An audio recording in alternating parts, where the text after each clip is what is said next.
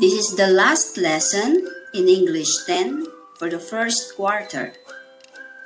Week 8 is entitled Evaluating Listening Texts. This is your teacher, Ma'am Grethel Tan.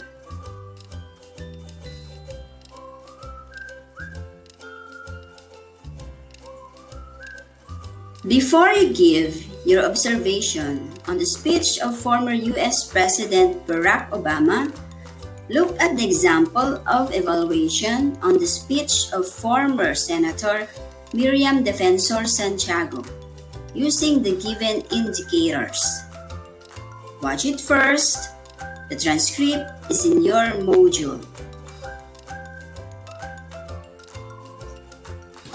How much proof is necessary? In other words, what is the standard of proof? I have adopted the very high standard of overwhelming preponderance of evidence pursuant to the recommendation of Professor Charles Black of Yale University, author of The Impeachment, considered the Bible for the whole world on impeachment process in a democracy. My standard is very high because removal by conviction on impeachment is a stunning penalty, the ruin of a life. The defendant admitted that he did not declare his dollar accounts and certain commingled peso accounts in his SAL-N. Let us begin with this threshold question. Did this omission amount to an impeachable offense? No. Under the rule of in justem generis, when a general word occurs after a number of specific words, the meaning of the general word shall be limited to the kind or class of thing within which the specific words fall. The Constitution provides that the impeachable offenses are culpable violation of the Constitution, treason, bribery, graft and corruption, other high crimes, or betrayal of public trust. An omission in good faith in the SAL-N carries a light penalty. It is even allowed by law to be corrected by the person who submitted it. Thus, it is not impeachable because it is not in the same class as the offenses enumerated in the Constitution. If we disregard this rule of justem generis, then we can interpret the law to mean anything as long as the enumeration of specific words is followed by a general word. Wala nang limitasyon yon. Pag sinabi pala ng Constitution, other high crimes or betrayal of public trust, wala na palang limitasyon yon. Iyan, kung hindi ka nag-aaral ng batas. Sabi ng batas, you apply the rule of justem generis. Kailangan may listahan na isa-isa nilang sinasabi kung anong kasalanan at merong isang salita na hindi mo malaman kung anong kasalanan, dapat basahin mo yan na pare-pareho doon sa kasalanan na nalista na. In other words, it should belong to the same class. Does omission in the SAL-N belong to the same class as, for example, treason, bribery, etc.?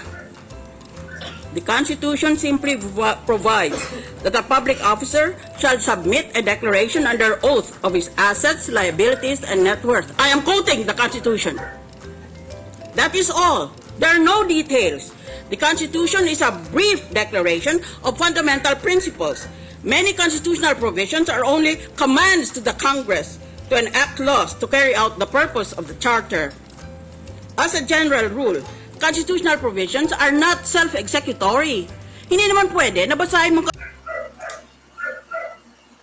The observations in Miriam Defensor Santiago's speech using the given indicators: fluency, tone, volume, pitch, speed, word choice, cohesion, correctness. Fluency. Senator Miriam Santiago speaks in an articulate manner. She also pronounces the words correctly. Tone. Her tone is serious that really captures attention. Even when she speaks in a vernacular, she expresses her ideas in a vulgar manner. Besides, her delivery has a weight. Volume. She talks loud but clear. Her volume shows that the points that she mentions are all important. Pitch.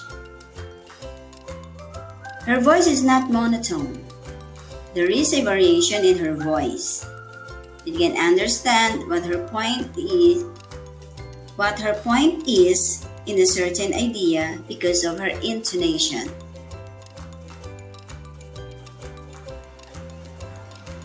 Speed.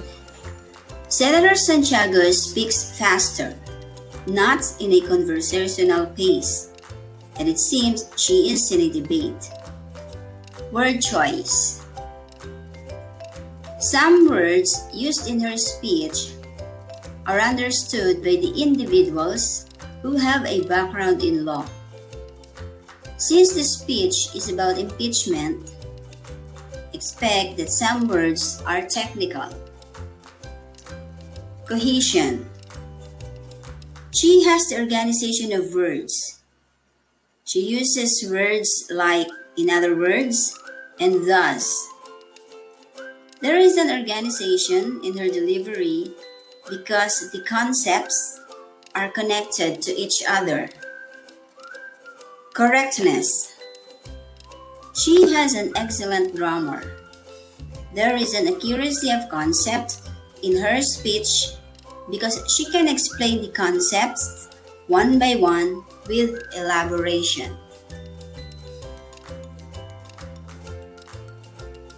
Once again, this is Ma'am Grethel telling all of you, happy working, stay safe, and keep on fighting.